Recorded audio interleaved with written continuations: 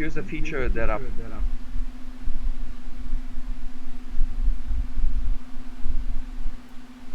For he gives off a steady light. Masterful is the cubit, says the falcon. And so arose the master's cubit.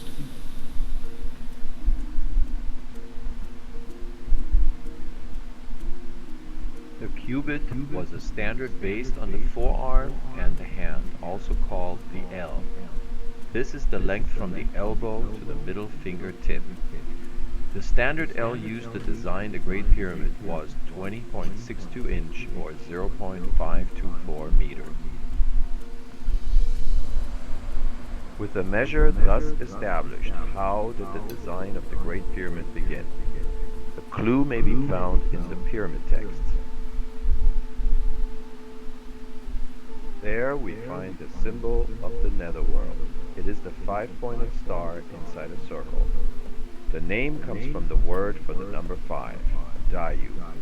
It is the duat. And from this symbol we may derive the basic architectural units of the Great Pyramid. We draw the pentagon around the star. We divide each of the 5 segments into 11 sub-segments.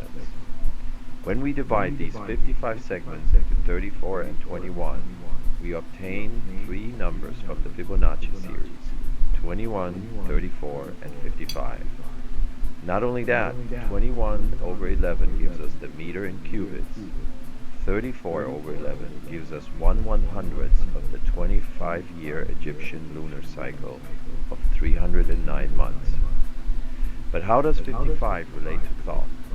The Edfu texts tell us that 110 is right because of its rhythm, the rhythm of the moon, the rhythm of thought. What does this mean? It means that 55 days is what the eye can see for the moon to cycle back to a certain star on the ecliptic.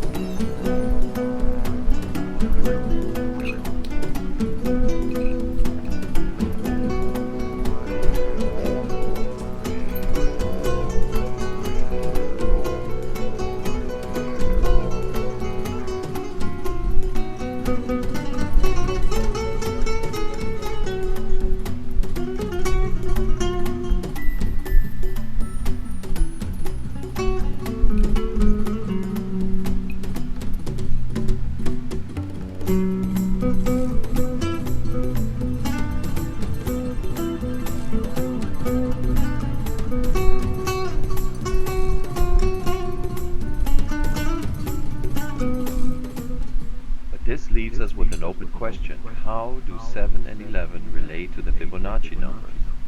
The answer is that in any series of 10 Fibonacci numbers, the seventh number Yo, what up, King? How you doing, times man? We 11 good, buddy? is the sum of the 10.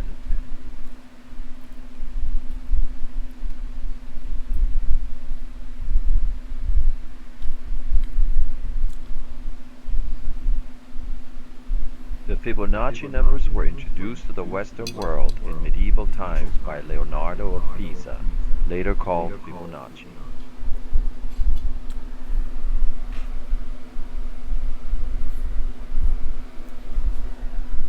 But the earliest known use comes from antiquity. The numbers we know as Fibonacci were recognized as important in rhythmic poetry. For example, all possible verses made up of 6 short and long syllables divide into 5 and 8, 5 verses ending with gurus, and 8 ending with lagus. Yo, what up, King? I'm laughing because you're always the man that always asks, hey, what did you eat for dinner? What did you have for dinner? What did you have for lunch?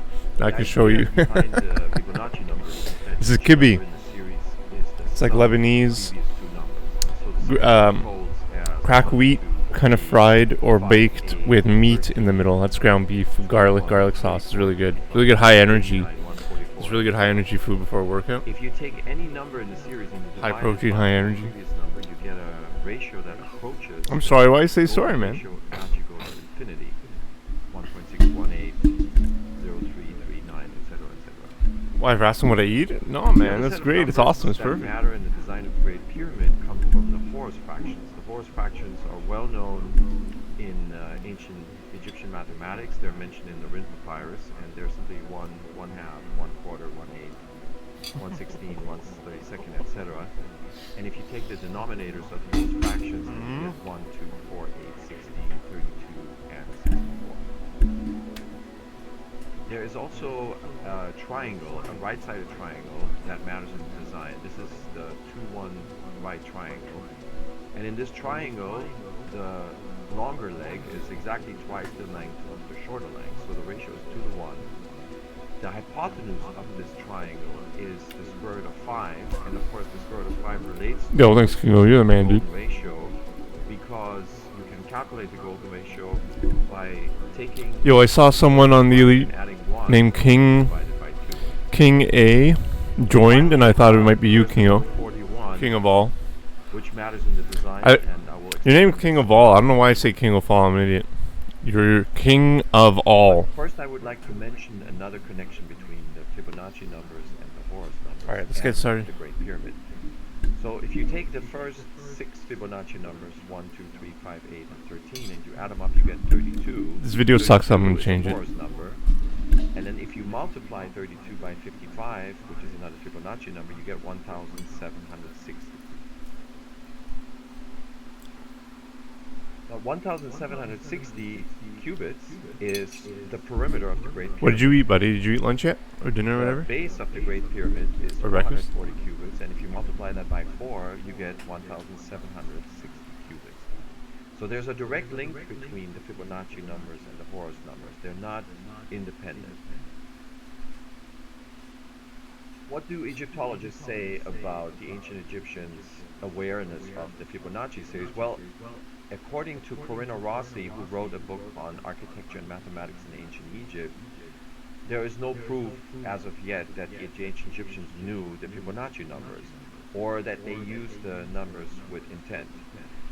Specifically, what she says in her book is no mathematical source contains any trace of the Fibonacci series 1, 2, 3, 5, 8, 13. And she says further on that the Fibonacci numbers often mark points which do not correspond to any particular element of the building and do not seem to have been used according to a consistent rule. But I want you to consider this. If you take the sum of all the Fibonacci numbers from 2 to 987, so these are 14 Fibonacci numbers, and you add them all up, and then you add 2 times 110, you get the number 2801. And what is 2801? Well, it's 29 times 21 plus 58 times 34 plus 4 times 55. So there you have 21, 34, 55, 3 Fibonacci numbers. Why does this matter? Well, it matters because there is in fact a mathematical problem described by the ancient Egyptians, which comes from the Rhind papyrus, problem number 79, where a mathematical problem is described of how you add up serial sevens, and it turns out that the sum of 7 plus 7 times 7 plus 7 times 7 times 7, etc., is the same as multiplying 7 times 2801. So the interesting thing is that the ancient Egyptians were honing in on this number 2801, which is a prime number.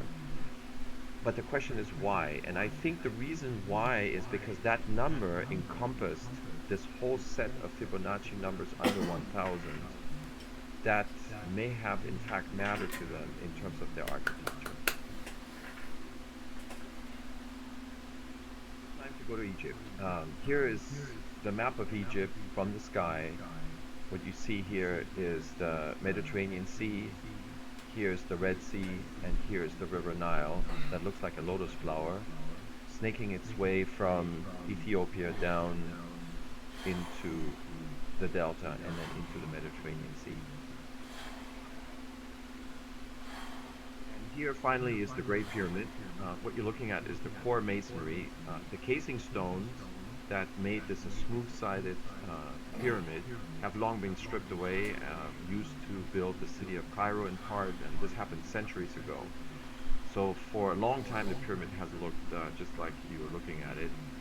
There's a couple of features here on the outside that actually relate to the internal architecture, and one of those features is this course here that it stands out because it's thicker than the previous courses. That is the 35th course, and it runs exactly across the peak of the ceiling of the Queen Chamber. The other thing is that the masonry does not have an even thickness. It comes in waves. So as you go up the pyramid, while the overall course thickness decreases, that overall trend is interrupted by waves of higher course thickness, which then tapers down back to a lower course thickness. And so this goes up and down in waves as you go up the pyramid. And here is the Giza plateau from the sky. You can see the three pyramids of Khufu, Khafre, and Menkaure. Yo, Spanky, what's up? How's it I going? want you to focus on something. Thanks, Spanky, bud. You're so kind. In this cemetery here. This is We'll do called the one set and flex. in the West Why not? For Hills, Spanky, bud. there is a set of cemeteries, a set of graves belonging to 4 different cemeteries that date to the same time as the Great Pyramid. And when you count these original graves, Thanks, Spanky, bud. Thanks, find King. some King of all. numbers. So Thank for you. example, here in this particular cemetery, which is called the You're so kind. You're so 4,000 sweet. cemetery, you have 41 graves. In this cemetery here, that's called the Cemetery en Echelon, you have 25 graves. And then in this cemetery, the G1200, you have 10. Then you have one big tomb over here, which is belongs to both of these cemeteries. And then you have another cemetery here with 11. So if you add these up, including this one here, you get the number 89, which is a Fibonacci number. So you have 41 and 89 appearing in the cemeteries around the Great Pyramid.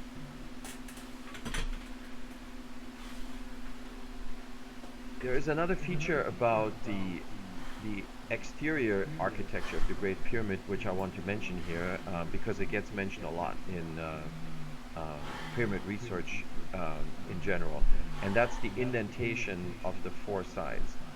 So when I was in Egypt taking this photo, it was not yet at the equinox. It was maybe a month prior to that, but you can already see the sunlight. Yo, thanks, Panky. I'm coloring. That's cool, King of all. That's cool. Just follow my IG. Thanks. You'll see I'm not that active on IG. I'm trying to become more active, but I gotta get much more active on there. I'm not a big IG guy. I'm more YouTube. I'm more Facebook, because I don't know. I like the landscape view. I think the photos are nicer on Facebook. Photo quality, you could save the like this, like cubits if you could just save the high quality one on Instagram. I don't know. I'm not hating on it. The perimeter of the Great Thanks. Pyramid Thanks is for following. 1,760 I appreciate cubits, it. and I this do. is I exactly really do. Thank you. 1/1000th of that. But why does I'll check that your matter? Instagram Well, it out too. matters because in You're back, hieroglyphic, Norris? I'll be here for 1/1000 like an hour is or two, written maybe. as the mouth Maybe an sign hour. over the lotus, Ra, Ha, and that is a symbol of the cosmogony of Hermopolis, which is basically the idea that the creation of the universe started with a lotus flower that came out of the cosmic sea, and it opened itself up and released the sun. And so this numerical code for that is very interesting because it connects the idea of an image of a creation story with a set of numbers. And that is really what I want to drive home today, is that yes, numbers are numbers, but numbers do mean something, especially in ancient Egypt, and they can sometimes directly translate into symbols, and those symbols have some very deep meaning. And so here is that whole imagery where you see the lotus with the sun sort of coming out of the flower, and then to the left you have the symbolism of the mouth symbol over the lotus sign, and that is the notation for 1/1000 in ancient Egypt. The names of the Great Pyramid, the name of the Great Pyramid comes from the ancient Egyptians, but the problem is that the actual pyramid that is called Great is not the one by Khufu, but the one by Khafre, which is right next to the Khufu's horizon, which is listed here. There's the pyramid sign, and this means Achet, which is horizon, and to the left of that you see Khafre is Great Pyramid. So this is from the tomb of Idu. His tomb is right next to the Great Pyramid, and he was a purification priest, or he was a supervisor of purification priests that were in charge of maintaining these two pyramids. Now here is a sketch by Flinders Petrie. He's an archaeologist and surveyor who went to Egypt in the late 19th century, and he measured the Great Pyramid inside and out. This is the most thorough investigation. There was one other investigation just prior to Flinders Petrie by Piazzi Smith, and but Flinders Petrie went back and did more measurements, and so he really examined this pyramid almost down to every single corner of it, and he amassed this huge quantity of data, but the data are all in the imperial system in inch, and of course degrees for the various angles of the corridors. And when you look at all these numbers, it's difficult to see a theme, an overriding theme that defined the architecture of this pyramid, except for the fact that Petrie pointed out that there's pi relationship between the perimeter and the height of the Great Pyramid.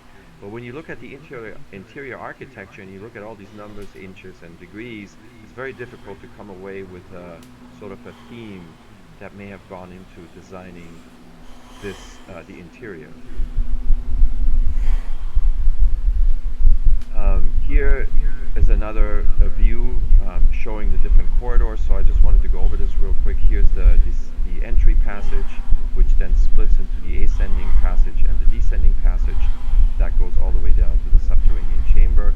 The ascending passage continues to the horizontal passage, which leads to the queen chamber, and here's the grand gallery, which eventually leads to the king chamber, and above the king chamber are the relieving chambers with the tower.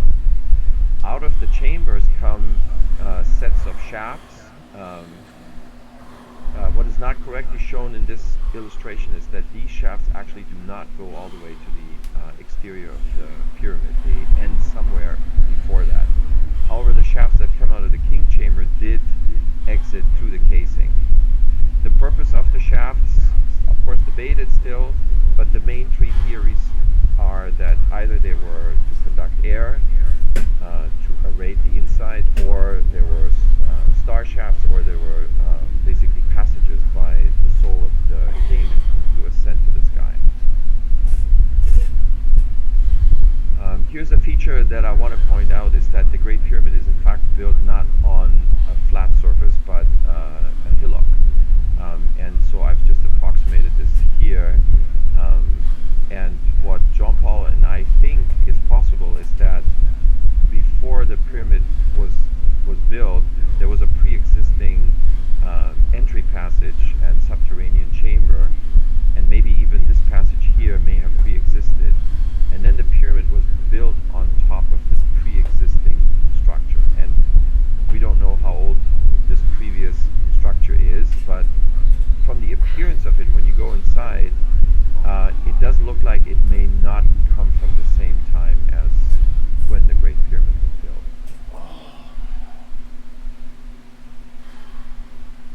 So Jean Paul and I got together a couple of years ago, and we were basically looking for a theme that would explain the interior architecture. When it comes to the exterior architecture, there's no shortage of ideas how it may have come about, but when it comes to the interior architecture, it is very difficult to be able to come up with some design idea that can explain all these different features and all these different numbers. And at some point we began to stumble on some numbers. Now I have to point out one more time is that we looked at this pyramid in cubits. We did not look at it in meters or in inches or feet. So we looked at it in the original measure of the ancient Egyptians. And when we did that, we started to see certain numbers that made us suspect that maybe the Fibonacci numbers were involved. So for example, here's 89, there's 55. And so that was the beginning. And this led to an almost 2-year-long investigation. During this investigation, we tried different things. There were some dead-end streets where we got stuck and we had to back up. But we always came back to the idea that the Fibonacci numbers must have had something to do with the design, because there were too many quote-unquote coincidences. So it's exactly what Corinna Rossi is saying about Fibonacci numbers in architectural design, is we did not see sort of just coincidental use of these numbers. They actually came up in very important distances. So for example, the location of the king chamber, 21 cubits off the central axis, that's just one example of a Fibonacci number 21. And here is, I'm just showing the slide to tell you, sometimes you get into a rabbit hole and you get stuck, and then you get basically number salad, and it's frustrating, and then you just have to pull back to the place where you went into this bifurcation, so to speak. You pull yourself back and you start from scratch. It crystallizes out. Yeah, at some point, so Jean-Paul was holding up the star, and all I was seeing were stars at this point. So there were definitely frustrating times, but we just hung in there. We kept, sometimes we walked away for a week and didn't look at it, but eventually things. And now I want to show you how the design works. It's actually surprisingly relatively easy to design the interior architecture of the Great Pyramid. Once you know the rules and the numbers and the geometry, there's just a few simple rules, and if you just apply them systematically, you can actually recreate the architecture of the Great Pyramid. So what you do is you start in steps, and so that's what we did. We conceived this design in blocks that were based on the Fibonacci numbers and the Horus numbers. So here's the first layer, 89 cubits on the outside here, and then 32 on the termini. And so the 32 is of course a Horus number, 89 is Fibonacci, 55 and 55 is Fibonacci. And here's the 41. So why do we choose that number? Is because the queen chamber is at 41 cubits above the ground level. Now, so here's the close-up of what I was just talking about, and then put the next layer, Again, we 55, 44, 55, 55. So we stick with the theme, and now we add another 41 cubits, and now that is the height of the king chamber. So it turns out that the queen chamber is 41 cubits above ground, and the floor of the king chamber is 82 cubits, which is 41 times 2. Here now, I sketched in the level of the shafts that come out of the queen chamber. So those shafts are about 3 cubits above the ground of the queen chamber. And in terms of the chamber, the shafts come out 2 cubits above the ground. So that's what 3 and 2 indicate here. And so the shaft level is indicated by the white line. Now here comes the third level, and now I'm just adding 44 and 55 and make it 99. The important thing is that the height of this third level is 154 cubits, and that is the height where the shafts from the king chamber exited the original pyramid. And so here's that number 154. Here again is 82 cubits. That's the height of the king chamber above the ground level. And here's 72, and that's the number. That's the height from the floor of the king chamber to the exit of the shafts from the king chamber. Now I want to point something out, which you may be able to see already at this point, because if you now take the 72 and you subtract the height of the shaft from that, then you get 70, and here you have 55, so 70 over 55, that'll give you the angle of the Great Pyramid. So I'm going to go into that a little bit later on, but I wanted you to notice that at this point. So the Great Pyramid angle is also embedded in exactly the numbers that come out of this design.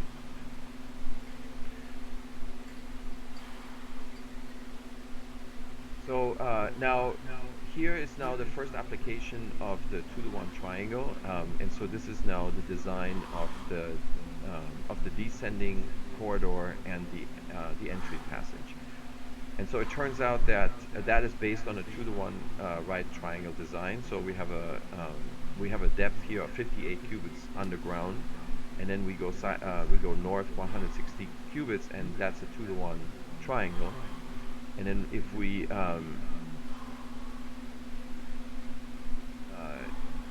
connect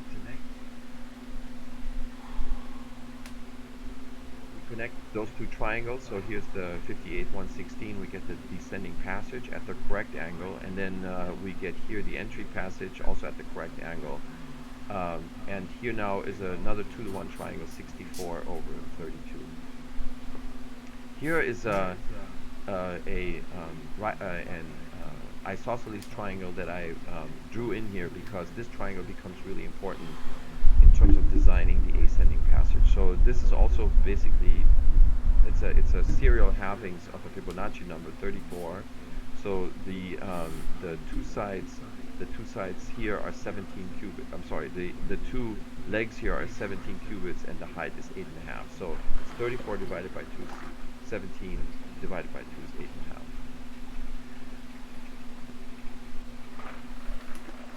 How this triangle works. So it's in the design, it's basically inserted in such a way that to the left of this 89 cubit box is 32, which is the Horus number. Here again, 32 is now divided into 25 plus 7.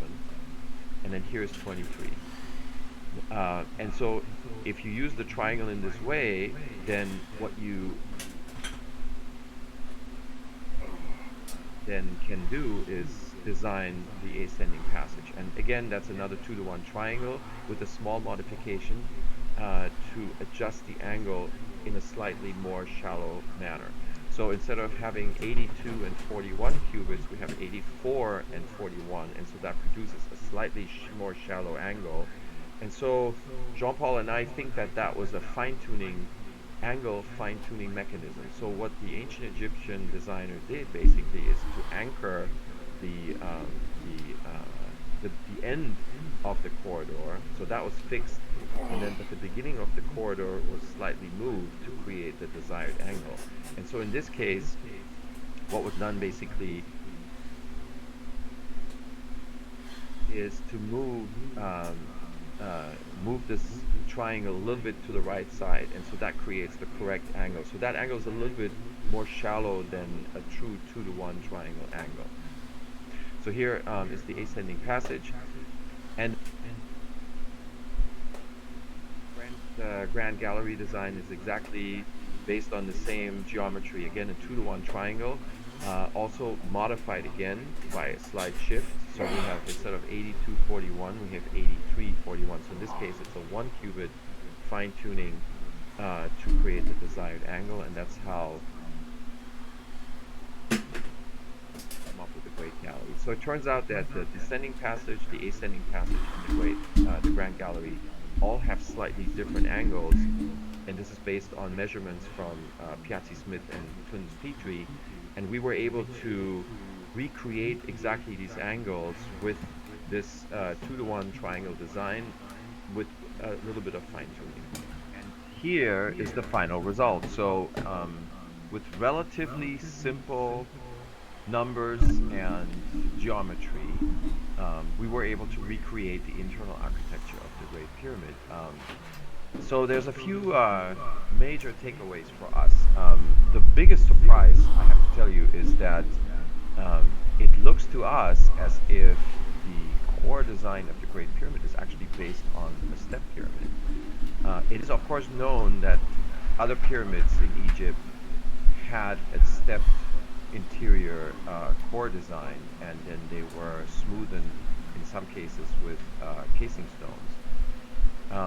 But it certainly, I don't think, has been proven that the large pyramids, the big pyramids, were also designed in this fashion. It's not illogical to think that way, but the design kind of jumps at us, telling us that yes, maybe in fact there was a step structure first, and then it was filled in to create a smooth pyramid. And it's even possible that those two may have happened at different times.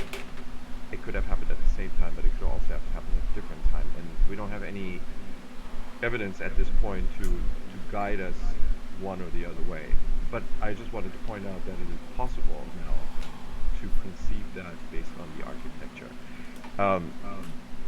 The other thing is, which I had mentioned before, is that the pyramid angle, which is very near the golden angle, in the Egyptian pyramids were angled based on something called the sechet.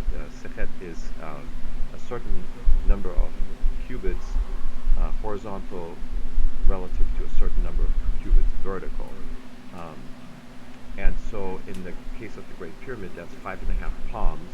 Remember, a cubit is 7 palms, so 5.5 palms per 1 cubit vertical rise produces what we know as the golden angle, and that number comes out, for example, over here, where you have 70 cubits vertical displacement and 55 cubits horizontal displacement, and that just simplifies down to 7 over 5.5, so 7 palms vertical rise, 5.5 palms horizontal run.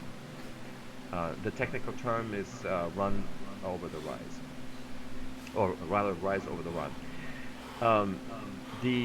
Another thing I wanted to point out is that the model makes some interesting predictions. So, for example, what we did not know when we came up with this design is that the Fibonacci numbers actually predict an architectural feature that we weren't aware of when we thought about this, and that is that one of these shafts over here is actually bent, and it happens to bend at a distance of 55 cubits from the central axis. So there seems to be an architectural reason why that bend is in that particular shaft, and this happens to be the southern shaft that comes from the Queen Chamber. So, so right there, the model makes a prediction that is borne out by an actual observation, in this case made by Rudolf Gantenbrink, who was the first one to send video equipment up the shaft. in the early 90s. The other thing is that the design that we conceived also now predicts where these shafts from the queen chamber were headed originally. And so this again is something that allows the model to be tested. And so this is what scientific models, of course, are all about, is if you can test them, then you can verify them or falsify them. And we have in a paper that we wrote that accompanies the video, and that's on my academia.edu website, webpage rather. You can you can download the paper, and then so we list some of the testable predictions that the model makes, and some of these predictions can actually be tested. And then there's also some architectural predictions that are useful potentially to find structures that haven't been found yet, including, for instance, the big void that has been detected by muon scanning. And so what we're predicting is that once the void is more specifically defined in terms of its dimensions and its exact position, then if our design theory is correct, then we predict that this void will fall into such a position that could have been predicted with Fibonacci numbers.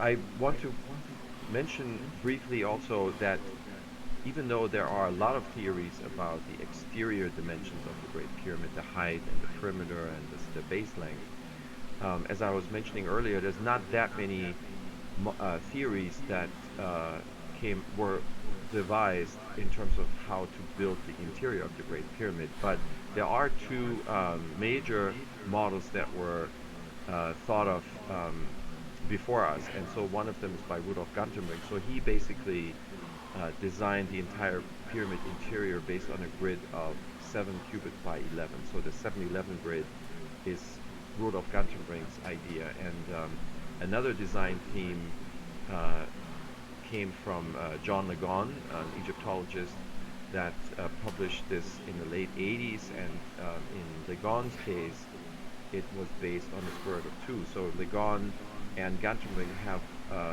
one thing in common, is that some of the design points for the Great Pyramid fall outside of the actual structure. In the case of our design, all of the design points are inside of the Great Pyramid. So this is one case of distinction. What we have in common with John Legon, where we also completely agree with him, is the fact that this 41 cubit height for the Queen Chamber and 82 cubits for the King Chamber. So we think that was intentionally used, just like John Legon. So he felt that 82 was the intended number, and there are several uses of 82 in the Legon design, and it just same as in our design, 41 comes up several times, 82 comes up several times. So we are in agreement with him that that was an important number and it was used with intent. Now, what I want to now conclude with here is so how do the numbers actually tie in with the function and the ultimate purpose of the Great Pyramid? So, of course, this is still debated. Is it a mathematical shrine? Is it a passageway to the sky, to the stars? Is it a power plant? Is it something else that we can't define yet? Is it a tomb, which is what Egyptologists tell us? I think the main thing that we want to contribute to the debate is the fact that the numbers of the interior architecture now give us an idea that there is a connection between the design and the function of the Great Pyramid. So, for example, a lot of people have reported that they feel resonances, they feel vibration, they feel some kind of energy inside of the Great Pyramid. There's been a recent simulation study that shows that electromagnetic energy does not flow evenly through the pyramid, that it gets concentrated in certain points.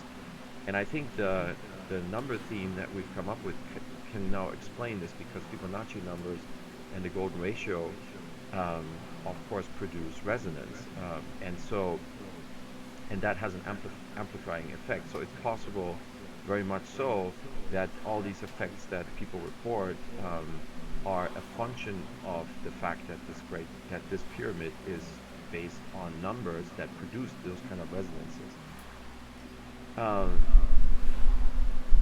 The other thing I wanted to mention is that, as you can see, is the design is not only based on one idea. It's not only based on Fibonacci numbers. It's not only based on Horus numbers. It's not only based on the number 41, on the 2-to-1 triangle. It is it's a composition that it has these elements in them, and so that is really the major takeaway from all of this. Besides the other things that I just mentioned, is it's really all of these features coming together that produces the effects, the features, and the mystery of the Great Pyramid. So I think it remains to be seen by future discoveries, observations, if this was the intended design. But I think this is one step forward on the way to prove that Fibonacci numbers did matter, that ancient Egyptians were aware of them. I think that leaves us still with the question is, where did the numbers come from? Whoever came up with this design, how did they come up with the Fibonacci numbers in the first place, and why did they feel that they should be part of a pyramid design? Well, so this now takes us to the origin of these numbers as far as I'm concerned. I think the design ultimately is based on the sky, which is what the writings of the ancient Egyptians told us. They told us that the moon mattered, the sun mattered, and that they were basically trying to pull the sky down to Earth and recreate it in terms of these monuments. So I think if that idea is correct, then I wouldn't be surprised if the numbers that are used to design the architecture also have something to do with the sky. So, and specifically the periods of the objects in the sky. For example, the moon. So, if you look at the Edfu texts, the Temple of Horus at Edfu is a megalithic book, basically. There is massive amounts of writing, and among the many inscriptions, one part of the temple deals with the design of the original primordial temple. And so there you see those numbers that I was showing in the video earlier, that 110 and 90 were important numbers, and that it has to do with Thoth. It has to do with two aspects of Thoth. So the one aspect is the rhythm, and that's what I think has to do with the sidereal lunar orbit, because Thoth is ultimately the moon. And then the other aspect, which is the 90, has to do with the light of the moon, and so that is the other cycle of the moon, that's the synodic cycle. And so here in the Edfu temple we see both of these cycles, the sidereal cycle and the synodic cycle, interplaying with each other in the two major dimensions of the temple. And so here's a good example where we have fairly good documentation that numbers did in fact come from the sky, specifically from the moon, and that those numbers were incorporated into temple architecture. Specifically, the number 110, of course, that's 2 times 55, so that's a Fibonacci number. And so this yet is another step telling us that the Fibonacci numbers did matter to the ancient Egyptians, and the reason why they mattered is because they came ultimately from the sky. So to demonstrate this a little bit more specifically, so here is the orbital periods of our solar system, the planets of our solar system: Mercury, Venus, Earth, Mars, the inner planets, and then the outer planets: Jupiter, Saturn, Uranus, Neptune, and Pluto. Pluto, since a few years ago, is not considered a planet anymore. It's an icy dwarf. But if you look at the orbital periods and then compare those to the Fibonacci numbers that are in the same range, you get a pretty close match. For example, Mercury 88 for the orbit period, and 89 is a Fibonacci number. 225 for Venus versus 233, Earth 365 versus 377.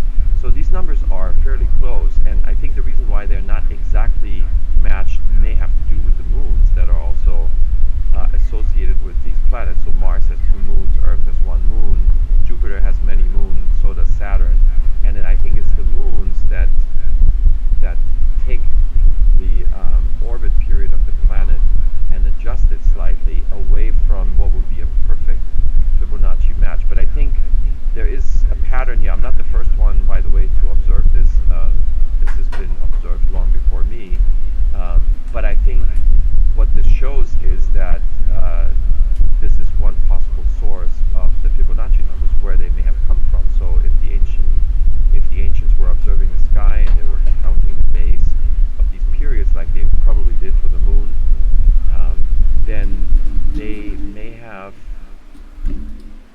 1 and 1 together to make a pun, basically, because that is what the Fibonacci numbers are based on. It's just an addition of 2 numbers to create a third, and then you keep doing that, and that's exactly what the series is. So it doesn't really require computers, it doesn't require calculators to figure out the Fibonacci series, and it also doesn't require high-tech equipment to figure out what some of these orbital periods are. So I think there's a possibility that the numbers came from the sky, and that's why they were important.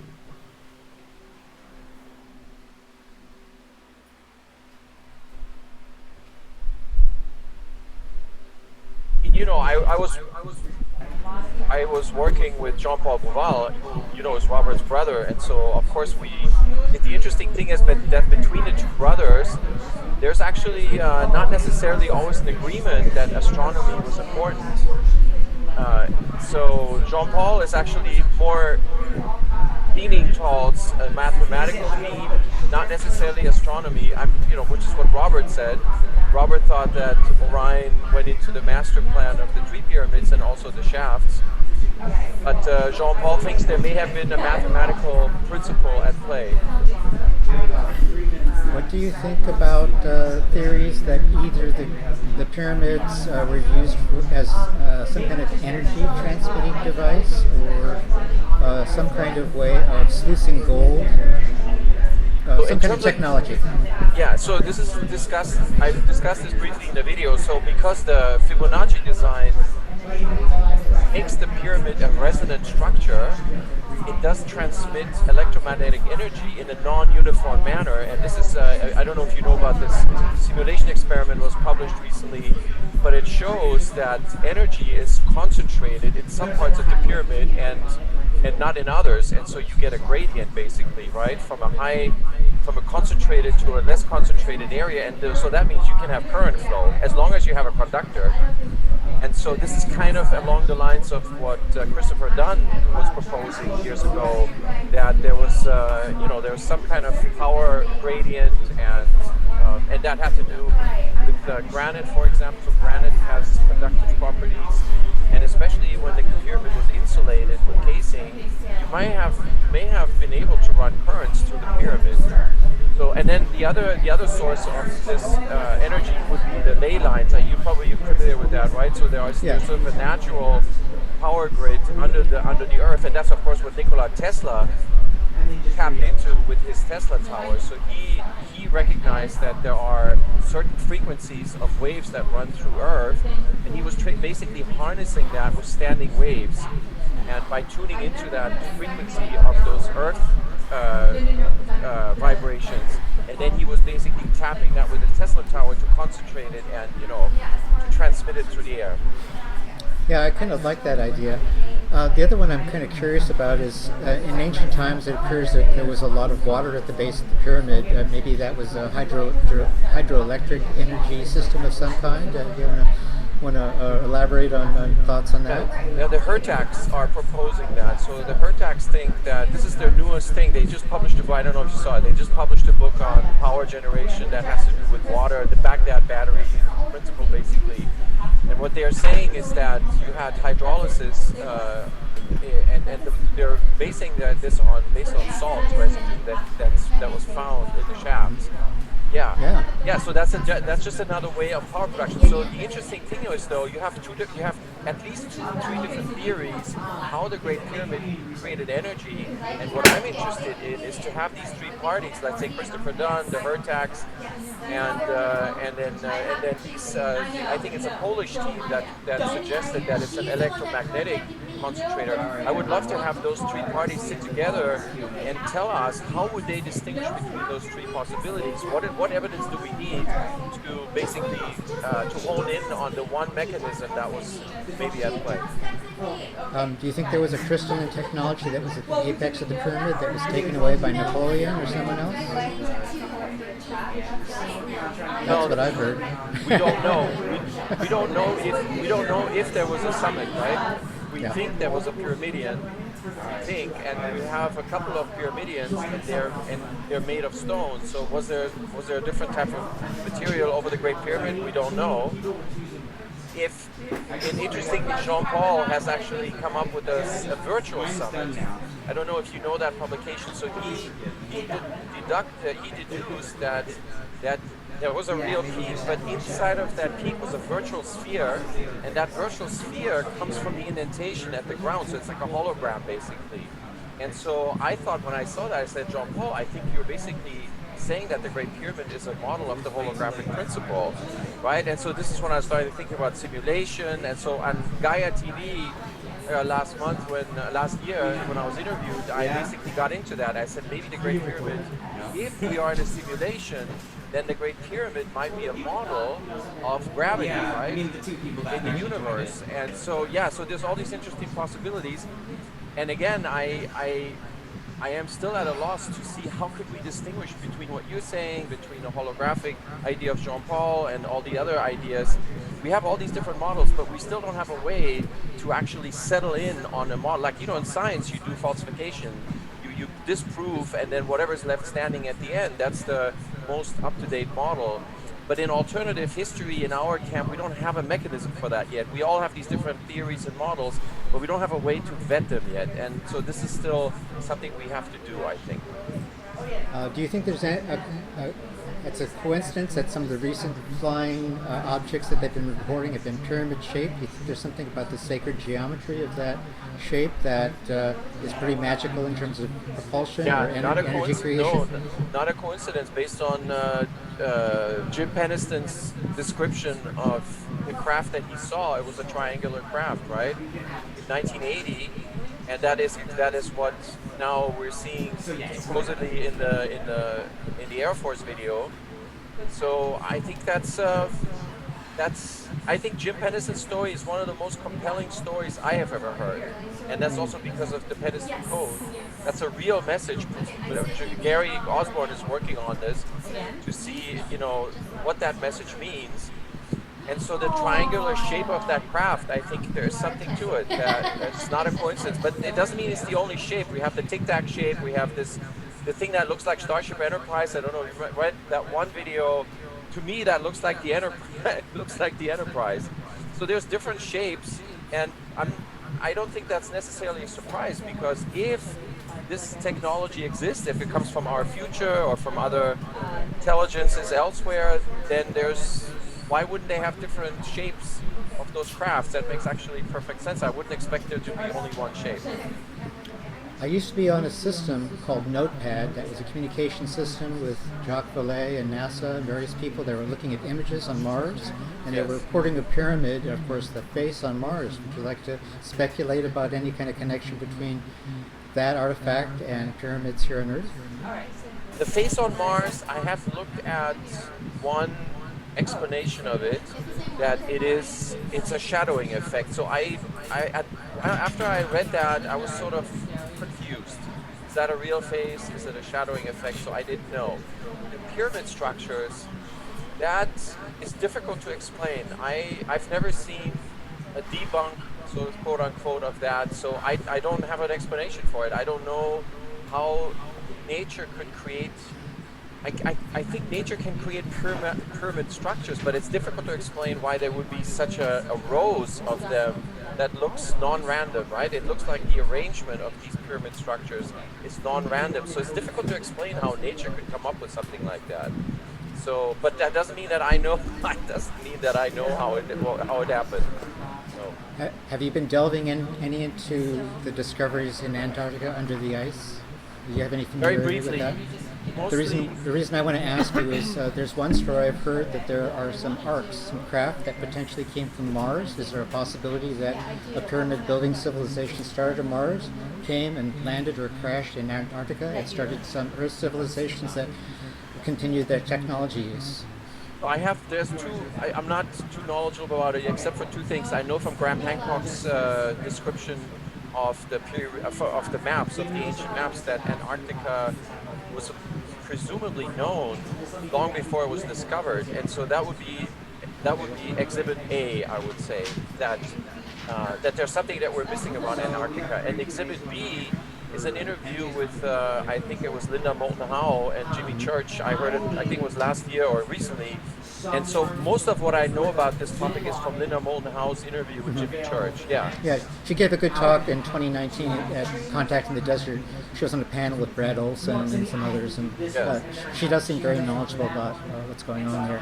Yes. I personally think that I think there were dozens of races discovered there, but I think a recent visit by some people there was a vril appearance. I don't know if you're interested in the vril or know much about them, but I was hearing a report of an interdimensional vril that showed up there. An interdimensional what? Vril, a reptilian, interdimensional reptilian. The vrils were the hard saucer craft influence for the Germans. So supposedly the German nationals that breakaway civilization that went down to Antarctica were mercenaries for the vril. Well, I just don't know enough about it to have an opinion, actually. So yes, it's an interesting topic, but I'm into hieroglyphic, so my research is about the Sphinx, about the Hall of Records, and so I invested the last 2-3 years of my life into that topic, and I think I've neglected a lot of other topics, which I have to catch up on now. Have you ever seen that fictional series that deals with the pyramids and a future or alternate reality about stargates and portals and pyramids? Do you think there's any truth in that fictional setup? It seems like quite involved and like to prepare us for that possibility of accepting or embracing that kind of. I can tell you that in the text, the Egyptian text, they talk about just that, the netherworld, the last stage before you ascend into the sky. When you look at the text, that is really what that is. It's a portal. And in this portal, you become equipped. And what that means in terms of hieroglyphic text means that you have acquired what's called Heka magic. So once you're equipped with this magic, then you are able to ascend into the sky and face the trials and tribulations that you're going to face up there before you become immortalized. And so the Egyptians clearly had a concept of this stargate or this portal idea. Yeah, this is basically how you exit from the netherworld, which was viewed under the earth, and how you go from there into the sky. I heard that in the Great Cheops pyramid there was a burial chamber that was actually like a sarcophagus that some people have speculated was not for burial but for some kind of transportation. There's stars on the wall of that chamber apparently, and I've just wondered in terms of the idea of, let's say, projecting a presence from there along the lines of what you were talking about. Is there any possibility that could have been some kind of teleportation chamber or some kind of way of projecting a consciousness up out of that physical space? So the only structure in the Great Pyramid that is on the west side of the meridian is the coffer, and that part of the king chamber. So we're talking about a rectangle of 10 by 5 cubits, L's basically, and in that rectangle, which is part of the king chamber, there's the coffer. The coffer is completely on that part, and the meridian, in other words, you know what I'm talking about, the north-south axis, runs right next to that coffer. So to me, that symbolically means that the coffer is in the netherworld. It's on the west side, where Egyptian spirits basically passed on from the earth, from living to the dead, or to the ethereal, right? And so that coffer symbolically is exactly what you're saying. It's basically in that part of reality where you're no longer on Earth. You're basically now in a state where you have entered the netherworld. And it turns out actually that the coffer was basically the womb of Nut. Not being the sky goddess, right? So yeah, the Egyptians definitely had a concept of these places, of spaces inside of these monuments that was very important to them. I can give you another example. I don't know if you have enough time, but in the tomb of Thutmose III in the Valley of the Kings, there is it's incredible. It's an oval where the sarcophagus is sitting. It's kind of like a model of the heliocentric solar system, right? You have an ellipse, and then you have off-center, you have the sarcophagus, which is where the king supposedly is lying.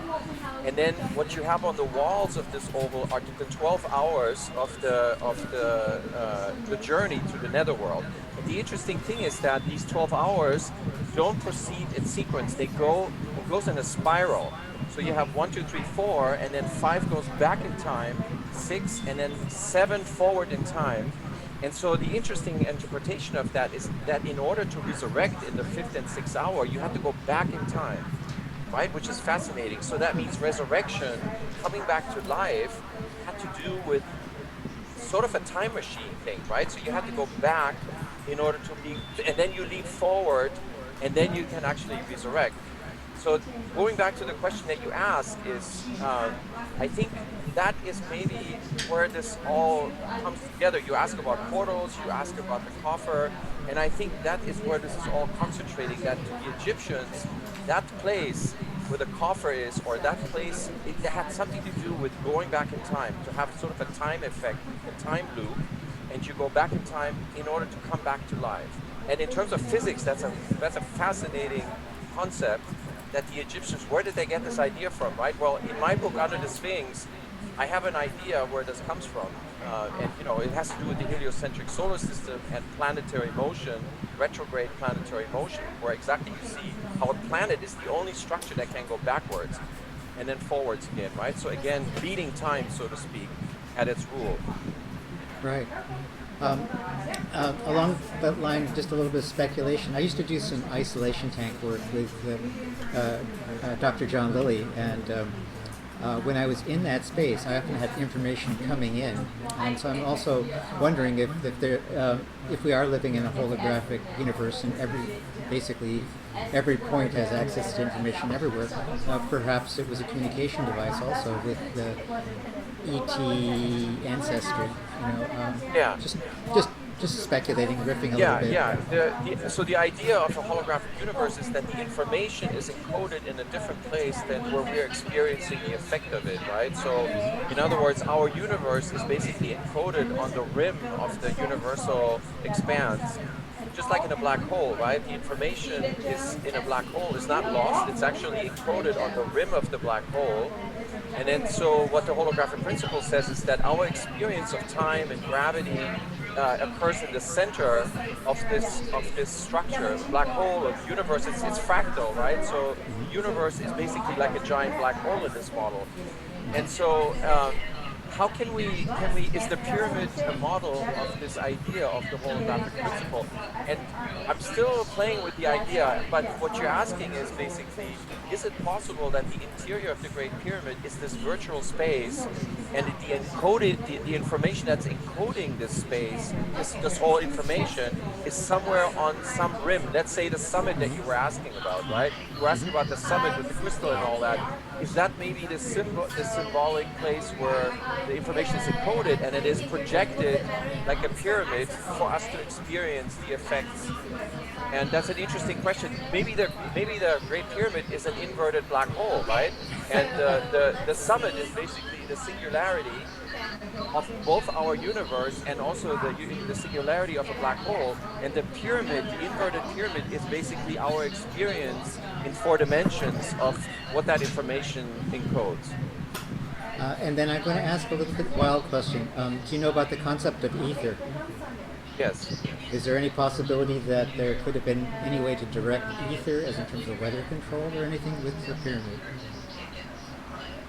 So, okay, my understanding, the ether, that when you say ether, I'm thinking about the Michelson-Morley experiment, right? That was basically testing to see if the speed of light is relative. And as you know, the Michael-Morley experiment failed to show this. And so based on that, Einstein said that the speed of light is constant in all frames of reference. So the ether was basically a reference point, right? Against which you would compare these different speeds. And so the Michelson-Morley basically ruled out the existence of this ether. But interestingly, the more recent theories about fields, right, quantum fields and particle fields, now we're kind of back again. This is like the modern ether. It's basically a field And so let me take this back to esotericism, right? So the Akashic records, you know, right? The Akashic records, right, is basically what Edgar Cayce was tapping into, right? You can think of that as an information field. That's kind of an ether, right? And so we're all potentially able to tap into that ether, into that information field, and pull down the information. But it's also a way that we all connect with our individual consciousnesses, connect back into this general ether, right? So how can you prove it, right? So there is recent experiments that I heard of with DMT. You know, Graham Hancock is of course an expert on this, I was really surprised by this. But there are individuals, they all have the same esoteric experiencing after taking this chemical compound DMT, and that is the first time I think that you can have a shared experience by different observers that are sort of accentuated in their awareness, tap into something that's out there. I think that's the first demonstration that there may objectively be such an ether that you're asking about. I would refer to that as the astral or another dimension. I would say it's another level up.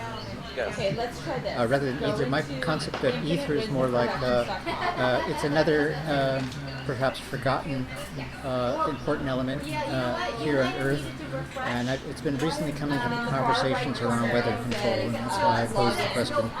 Of course, we can never know. It's just we're having a kind of fun discussion.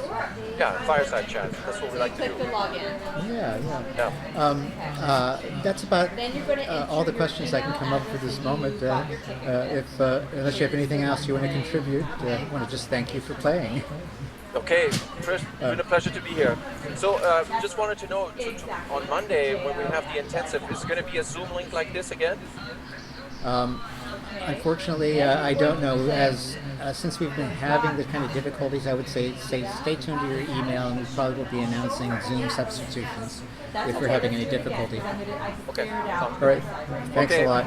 Thank All right. you. Take care. Bye-bye. Thanks. Bye. Bye.